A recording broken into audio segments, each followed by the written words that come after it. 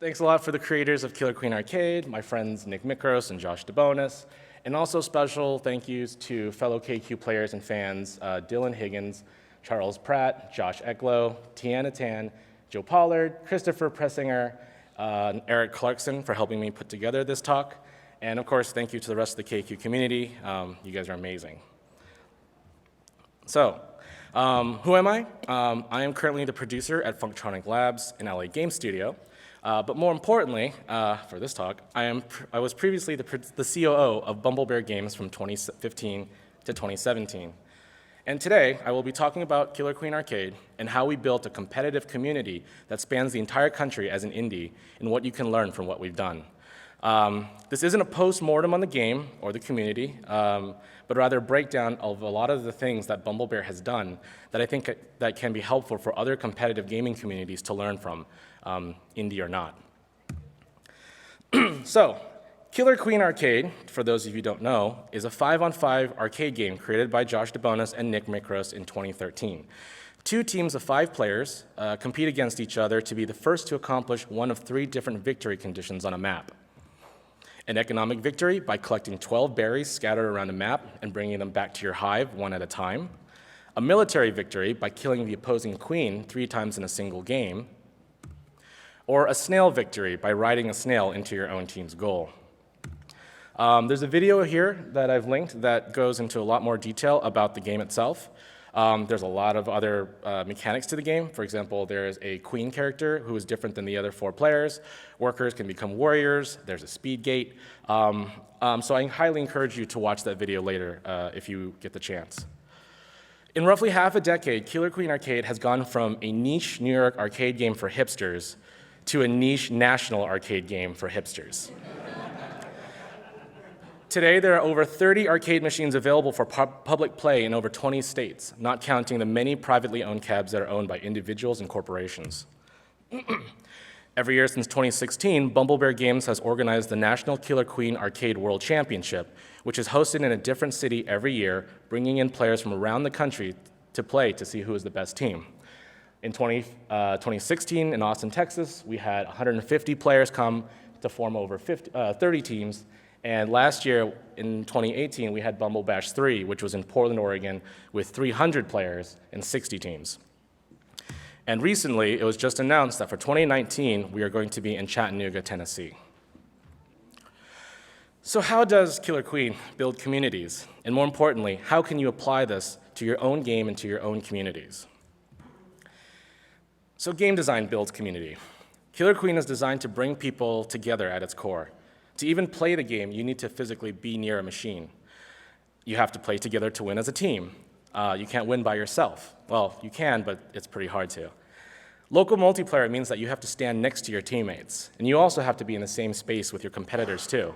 And since you're all in the same place together doing the same thing, you are by definition part of the same community. The game itself takes all 5 minutes to learn the basic rules, but it requires a lot of practice to work together effectively in order to play competitively. We also have messaging in the game that tells players to meet thy neighbors. This message occurs at the end of the match and encourages players to meet with each other, give high fives, congratulatory handshakes, talk about the match they just played, or even switch players to start a new game. It's also possible to add custom messages on the screen to talk about things like upcoming tournaments, free plays, meetups, and so forth. So what can you learn from this? Think about how the design of your game or the nature of your game itself facilitates building a community or building teams. Have a built-in messaging system can give subtle messages to players on how to behave while playing your game, as well as informing players about the larger community. If you're looking for other models of local competitive communities, look at collectible card games and fighting game communities, or rec leagues like dodgeball and softball. See how they build their communities and see what they do to keep players engaged outside of playing the game. Streaming and casting help build community. A lot of the KQ events will stream their games online to let people watch from wherever they are. The KQ arcade cabinet has a separate HDMI port built into the back of the cab. You can use either plug into a streaming PC to put the video online through Twitch or your streaming platform of your choice, or you can put it to a TV or a projector. You can also split that HDMI signal to put out to multiple streams, multiple projectors, and so forth. For bigger tournaments such as Bumble Bash, we'll also use apps like Restream.io, which will allow us to show a single stream on multiple platforms or splice multiple machine feeds into one stream. As you can see in the image over here, we have, the community has created custom overlays that show the feed of the game, a player cam, commentator cam, as well as showing numbers of sets being won. I think this one has kill and death ratios at the bottom also. This is another example of the one that we had at Bumble Bash in Portland.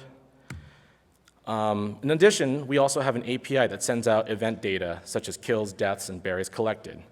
Some scenes have taken that data and created their own stat displays. So this is an example of one website that has stat tracking as well as logging event data based on where you are on the map. This uses a Raspberry Pi that gets plugged into the cab and then sends this data to a website. This website is actually live right now if you go to bemorekq.com. Shout outs to the Baltimore KQ community for putting this together.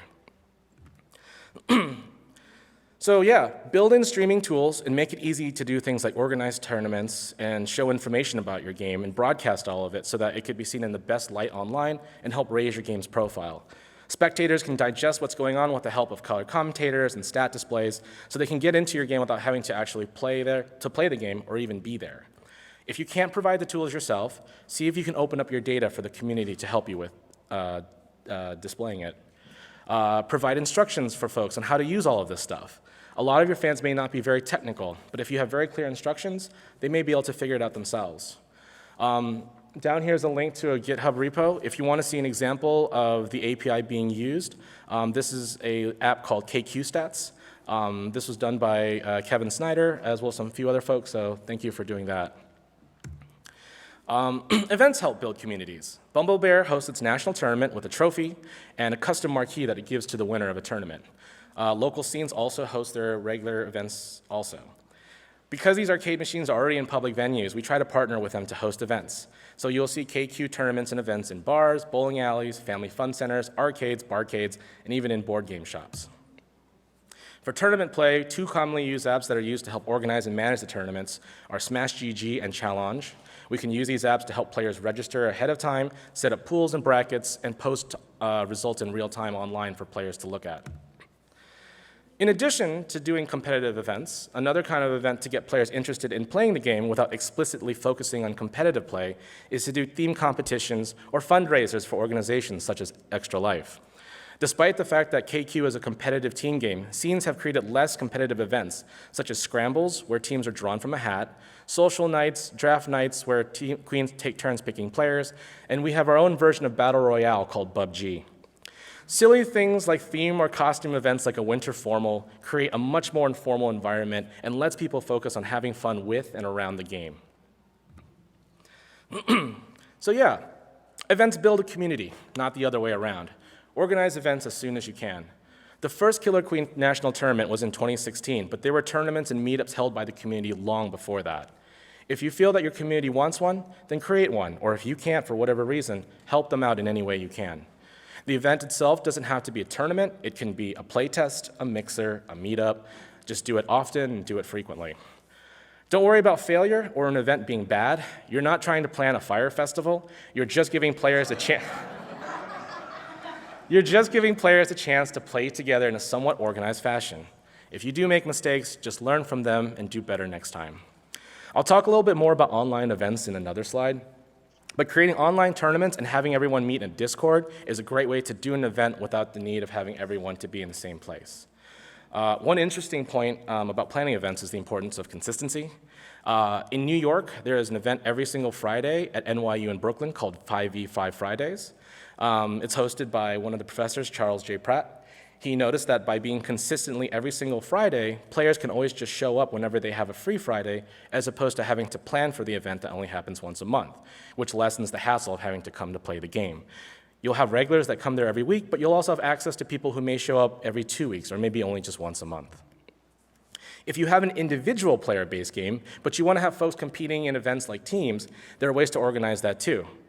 At Bumble Bash 3, we created an Olympic-style scoring system called the DANG system that gave points per player. At the end of the tournament, we grouped players by region and added the points together of the top 17 players of each region to determine the winner. And the winning city got an arcade machine.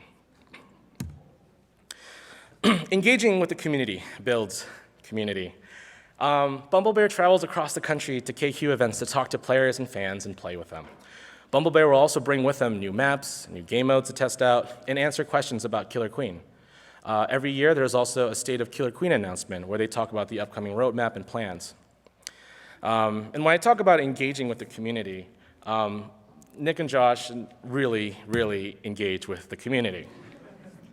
So this was recently at the South Florida. There was a Killer Queen event there. That's Nick in the, I think, hot tub being fed a steak. So yeah, travel to events to promote the game. Make yourselves accessible to the community for direct conversations and feedback, and engage only as much as you're comfortable. Attending community events legitimizes those events in the player's eyes and encourages people to attend and builds goodwill. You should also do regular testing with your community. Try out ideas. Keep good ones, throw away the rest. And even with your bad ideas, let your fans have fun with it, and you never know what would happen. We try game modes all the time. For a long time, there was a mode in Killer Queen that had scorpions, which having scorpions and bears and bees, I thought was a terrible idea, but people liked it and whatever. Keep the game fresh. It keeps the game fresh, and people will keep talking about it. Turn these tests into an event. If you can't travel to other scenes, play online, host and play with your fans and players once a week, do an AMA, blog. You can even do things like having regular tests where the highest scoring player that week or month gets to challenge the designers and developers. And whatever you do, put it online and stream it. If there's one thing that you should take away from this talk, it should be that aside from designing a very compelling and engaging game, Bumblebear's accessibility and engagement with its very, very active community is a key factor to the success of Killer Queen. Being part of your community gives you the opportunity to get insight about what the community wants to say or to see, as well as instills confidence that the developers will be able to shape the game into something that people will want to play. And even if Bumblebear can't do it themselves, sometimes creating the opportunity for the community to help fill in those gaps can be still just as effective. Having said that, I don't want you to walk away from this talk thinking that Bumblebear knocks it out of the park every single time. At one point, we came up with the idea of establishing a membership-based National Killer Queen League. You pay a fee, you get some cool stuff out of it, and you help fund an organization dedicated to managing a competitive National Killer Queen League.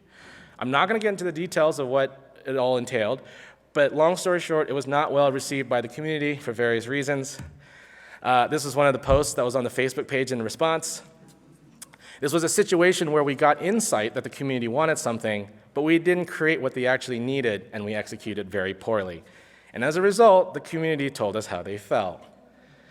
So we realized the idea wasn't quite a right fit, so we wound up shelving it. So merch and fan art build communities.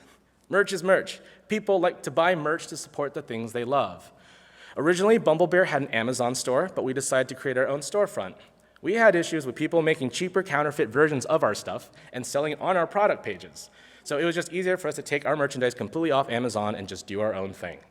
If you don't want to deal with your own inventory and stuff, and I don't blame you, there are companies that you can partner with, such as Fangamer or Sanshi. In addition to Bumblebear-created merch, Bumblebear encourages the community to create their own merch and express themselves in the universe of Killer Queen. It gives the fans a chance to contribute to something that they already love. And our fans make some really amazing things, from picture frames, t-shirts, posters. I'm actually wearing a fan-created shirt. This was done by one of the Chicago players, Michael Sparza. And yeah, we have one rule for fan merch. Don't directly rip off the art from the game. It should be transformative. Reinterpret the art in your own way. So all these three things were created by our fans for either events or for teams. The calendar in the middle was actually a fundraising project for Girls Who Code. Bumblebear also makes our source assets available for fans to use, which I didn't think was a crazy thing until I told people, and they thought I was crazy. If you dig around the press kit, you will find player sprites, as well as some quality versions of our logo. And a lot of people will use these assets for the basis of fan art or for graphics to use for their posters, t-shirts, and all sorts of other things. The image on the right over here is an example of someone using one of our sprites and customizing it for their posters. All these other images here are fan art and event posters that the community has made. And you'll be very surprised that your fans may be able to make art better than you. In addition to encouraging folks to create and sell fan-created merchandise, Bumblebear takes it a step further and will actually sell approved community-created merch on its own online store for a cut of the sale plus cost of shipping and handling. These posters over here are created by also, I think, a Chicago player, John Doong, and they're gorgeous, and they're available on the store right now if you want to buy them. We'll also do the same thing at events like Bumble Bash, where we have a merch table where fans can sell their stuff there for a percentage cut. By keeping things to a merch table at events, you can see all the kinds of cool things that people are making, and it keeps all the merch selling in one area at a venue. The only other note I have is that you should be careful about tax laws, as you're conducting business in some states, and they may consider that vending, and therefore you have to deduct or collect sales tax for it. I'm not a lawyer, I'm not an accountant, I'm just letting you know ahead of time. So yeah, there are caveats to making your own merch, but like I said, there are companies that can do it for you. Either way, it's definitely something you should do. Encourage people to create fan art, do competitions, do contests with it, and if you're as crazy as Bumble Bear, sell merch actually created by your friends or by your fans. And if you're worried about things like rip-offs and stuff like that, in my time at Bumble Bear, I found it very effective to tell people to have to make their art more transformative. It challenges them to make something better without saying no, and in the end, they're likely going to make something cool and something that you may not have thought about yourself. Sponsors can help build communities. In order for competitive communities to thrive, they need competitive events. A healthy community has frequent events, and you're going to need to pay for all of that, and sometimes tournament entrance fees alone may not be enough. Bumble Bear encourages people to host their own tournaments and to find their own sponsorships for these events. In general, Bumble Bear is opening to letting folks arrange their own events as long as it doesn't appear to look like it is an event endorsed or sponsored directly by Bumble Bear or Killer Queen Arcade. Killer Queen Arcade has also gotten to the point now we have been lucky enough to have the attention of some of the larger sponsors and marketing brands like Red Bull. It is through a lot of hard work from people within our community and within Bumble Bear that has raised KQ's profile to this level. Because the game's located in a lot of bars, beer sponsors are a great sponsorship source for us. These are two events, one in Portland and one in Minneapolis, both sponsored by beer companies. I think Surly Brewing sponsors Minneapolis, and Not Your Father's Root Beer sponsors Killer Queen events in Portland. Before you actually pitch a sponsor for an event, here are some things you probably want to think about. How much control do you want to have over the portrayal of your game? How do you think the community will react? Is that something that's actually important for you? Are you now sanctioning official events yourself? And can there only be one event? What does that mean for non-sanctioned events? Are you, the game's creators, the only ones able to seek out sponsorships now? And what does an agreement look like between you and the sponsor? Well, I added this image here just because it was a lot of text, but just as an example, this is Richie's Plank Experience, which is a VR thing. And one of the cool things that they do is that they also will do sponsored versions of their VR experience. So I think this one's Fear Factor, the Richie's Plank Experience, and I thought that was really cool. So once you've thought about that, you'll want to look for sponsors that are most appropriate to your community. In addition to beer companies, there's a wide variety of gaming-adjacent companies that are willing to sponsor game events. Food and beverage, which can include anything from snack distributors to local restaurants. Venues can help you also get a discount on rental costs. There are also a lot of people companies, or companies that target people in the tech or tech-related field are always looking for marketing opportunities. Gaming hardware brands, and lifestyle brands that want to sell clothes and consumables and apparel to your players. If you partner with a bar or venue, oftentimes they'll have their own food and beverage marketing reps who are usually pretty interested and open to helping sponsor different events for that venue. In terms of the kinds of sponsorship opportunities available, there are a lot of options. Asking for money is one of the more difficult ones, but asking for merchandise and swag for use at the event or for giving away as prizes are much easier. I'm not going to read through this list. It's pretty self-explanatory. You're at GDC. Just take a look around at the many different sponsors we have here at GDC and see how they make their presence known. From the lanyards they're wearing, to the free t-shirts, to the hats that you get, or you'll probably get sometime this week. When pitching a sponsor, be sure to know the following: your audience attendee demographic and size. Where will this be broadcasted or streamed, and what's the size and demographics of that? What else are people going to be doing at this event? What's your social media reach? How will you be promoting your sponsors at the event? Any solid data that you might have for previous events and similar events, or even surveys that you do with your community. And most importantly, what are sponsors going to be able to get out of your event? You want to let them know that they're going to gain something positive out of the entire experience, that players and spectators alike will be able to take something positive from having that brand associated with your game. I say sponsorships can help people or can help communities because sometimes it can backfire. Maybe your brand isn't the kind of brand that likes to look like it's sold out. Maybe it does. And for those of you who don't know, this is from when Street Fighter V tried to do sponsored content skins, and this didn't go over very well. Social media builds communities. These are just some of the many Facebook pages our community has created for Killer Queen, and they're all divided by region. Facebook pages and groups allow fans to organize their lives outside of the game, and they function as a way for players to organize themselves in real life. It also helps the community support each other and stay connected when they're not playing your game. Bumblebear itself did not create any of these Facebook pages, but we are a part of most of these. It's another great way for us to engage our community, and it's always good to know what your community is talking about, even if it's memes most of the time. So yeah, build your social media, very important to build communities. I'm not going to talk about this too much. There was a really cool talk yesterday about Discord. It's 2019. If you don't have a Slack, a Discord, or a Facebook page, and you're making a game, you're behind. Champions help build communities. Find your super fans as you build your communities and enable them to be your champions.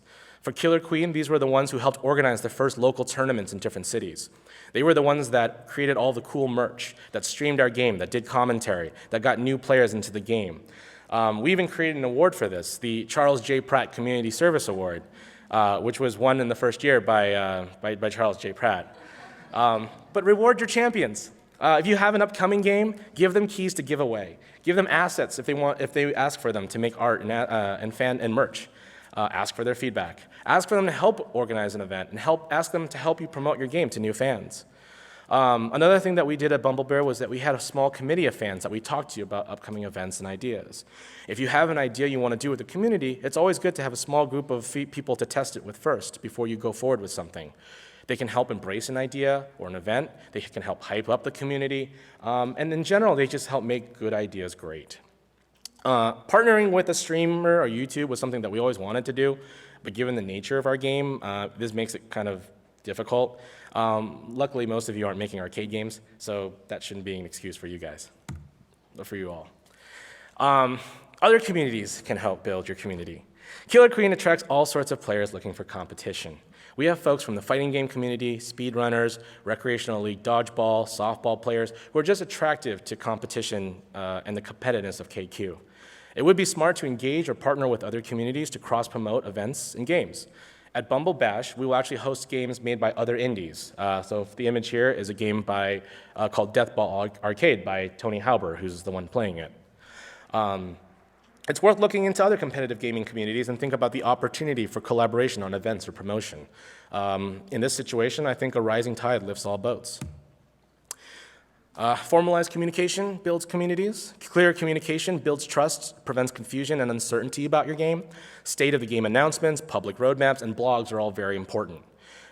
This is the Trello board for Killer Queen Black, which is the upcoming Killer Queen title coming out for the PC and Switch. Please buy it when it comes out. They did a pretty good job of showing their work with a public Trello, showing release notes, upcoming development, outstanding work, and so forth. With all forms of formal communication, keep it simple, straightforward, and consistent, so it's not a pain in the butt to maintain. And if things change, be sure to update it. Also, try not to update or make any major changes on your game before a tournament, otherwise you're going to piss off your fans. I thought this was an original idea, and then somebody showed me this on Saturday, that Fortnite actually has this too, and then obviously Epic has their own Trello board, so it's a popular idea, and it's easy, you can do it. So final thoughts. I can't stress the importance of working with your community and enabling them to do cool stuff with your game when you're an indie. They can surprise you with what they're capable of doing, and they are literally the lifeblood of your game. Oh good, I blacked everything out. Here's an example of where things could have gone south. We had a cab owner who just wasn't feeling the game, and so they were talking about getting rid of the cabinet. But through the efforts of our community, hosting events like fundraisers, meetups, we organized our events ourselves there, or just showing up and giving the game some love, that cab has never left the venue and still continues to generate money for the owner to this day by way of quarters and food and beverage when the players come to play. So yeah, if you're indie, be nimble with your community and be personable and authentic to your game. To an extent, you can respond to and work with your communities in ways that the bigger studios can't. The community can be very forgiving of your mistakes if you show the effort of trying to make the game better. Be clever about how you do things and don't take no for an answer. Move fast because the big boys can't, and don't let anything hold you back. If you're a larger company and studio and watching this talk, engage with your community and empower them and celebrate them. Learn about what they really want and really need, because you may have more noise to deal with a larger community than us as an indie. Experiment with your game and listen to the community and build goodwill. If you're scared of backlash and negative feedback from things going wrong, run ideas by a subset of your community and see how they react. Do the fun things that indies like us could only wish we could do with money, and open up a little bit. If you want to know more about Killer Queen, we have our Twitter link, the Facebook link, and our website here. This Saturday, we are doing Killer Queen San Francisco over at Brewcade SF. So please check it out there. Otherwise, look up your local scenes for Killer Queen Machine and come join the community and play this dumb B game with us. In exchange for me using Nick in the pool, I had to put up a picture of Nolan Bushnell for some reason. I guess we have time for maybe 2 questions. So if anyone has any questions, please step up. If not, thank you very much.